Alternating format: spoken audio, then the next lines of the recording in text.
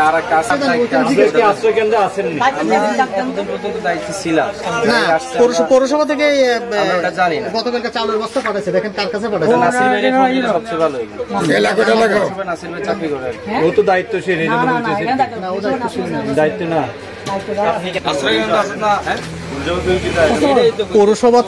পৌরসভা থেকে কোনো ত্রাণ বা চাউলের বস্তা চাউল এই ধরনের কিছু আপনাদের এখানে আসছে কিনা? কিছুই আসে নাই। আপনাদের এখানে খাবারটা কিভাবে চলে? হলে কতদিন সেদিন আমাদের পাবলিকে দিছে, গ্রামবাসীরা দিছে, কিছু সুবিধা দিছে, জমাতরা দিছে, কিছু এলাকার লোকেরা দিছে,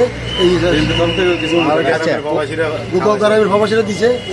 হ্যাঁ, প্রশাসন থেকে কোনো প্যাকেট ট্যাকেট কিছু পাইছেন কিনা? মানে পৌরসভা থেকে কোনো চাউলের বস্তা দুদিন আজকে 4 দিন পানিও কোনো চাউলের বস্তাও পান না? প্রথম দিন ওই যে বর্তমান যিনি দায়িত্বে আছেন প্রশাসক লাকসাম উপজেলা নির্বাহী অফিসার, উনি প্রথম দিন আসছিল, আমাদেরকে 14টা প্যাকেট দিয়ে গেছিল। চিরা ছিল, শুকনো খাবার দিয়ে গেছিল, ওইগুলো আমরা সবাই ভাগ করে দিচ্ছি। আর বিস্কুট দিয়ে গেছিল, ওটা আমরা সকালের নাস্তা হিসেবে সবাই 2 প্যাকেট করে দিচ্ছি। এতটুকু আসছে উপজেলা থেকে একদিনে শুধু 5 দিন। তাহলে এটা হলো লাকসাম পৌরসভা 9 নং ওয়ার্ড উত্তরপুর সরকারি প্রাথমিক আশ্রয় কেন্দ্র। এখানে কতজন আছে এখন বর্তমানে কতজন আছে? কিরকম আছে?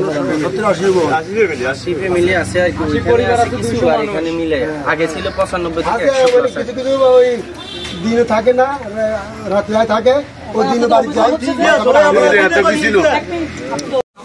না আমরা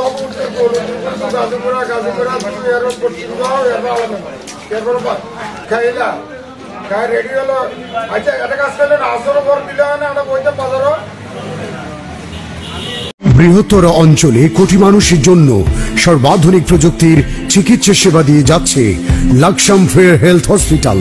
Laksam fair health hospital, Shanta complex, দক্ষিণ বাইপাস রোড, লাকসাম। আন্তরিকতায় স্বল্প মূল্যে উন্নত সেবা।